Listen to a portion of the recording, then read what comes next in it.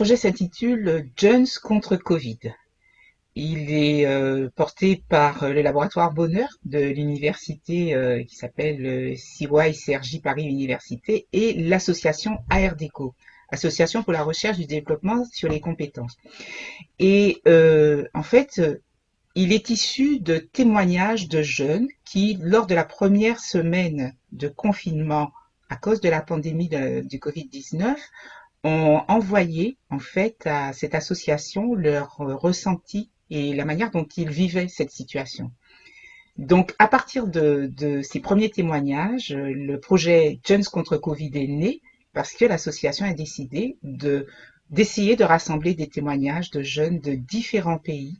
Et donc, dans ce projet, nous avons également le partenariat avec l'Université catholique de Brasilia, au Brésil, et l'Université de Sherbrooke au Canada, et puis d'autres universités, d'autres collègues au Burkina Faso, en Algérie, en Tunisie se sont associés à notre projet.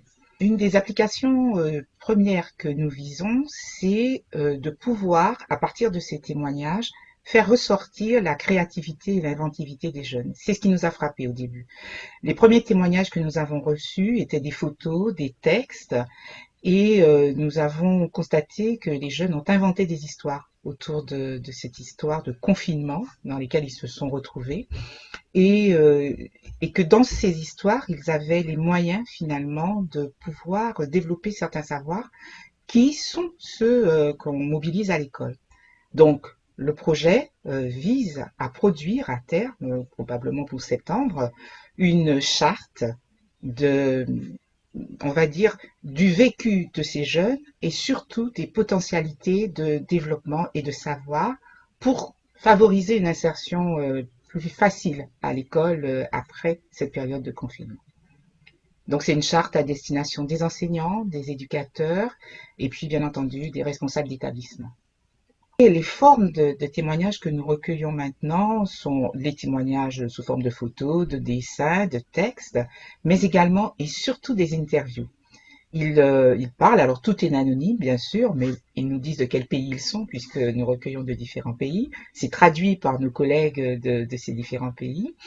Et ce qui s'est passé, c'est que les parents ont voulu témoigner également.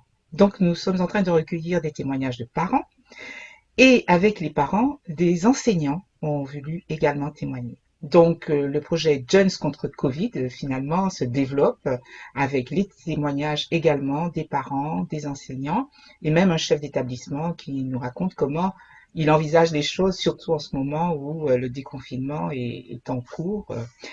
Et donc ça c'est le premier point. Et puis le deuxième point, c'est que nous avons voulu mettre l'accent sur les témoignages de jeunes filles parce que dans cette période, les jeunes, finalement, ont développé beaucoup d'inventivité, de créativité. C'est ce qui est tout à fait intéressant.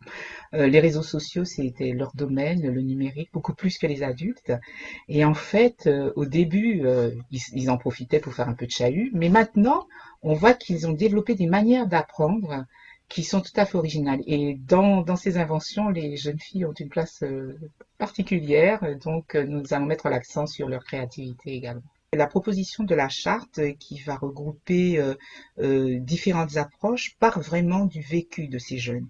Et notre idée, c'est que ce que l'on pourra faire, c'est dans un accompagnement à partir de leurs propres propositions, de leur expérience vécue. Et ça, c'est important. Pour nous, les jeunes sont partenaires dans cette réinsertion scolaire et il faudra en tenir compte dans les propositions que nous allons faire. Nous allons mettre vraiment l'accent sur cette dimension.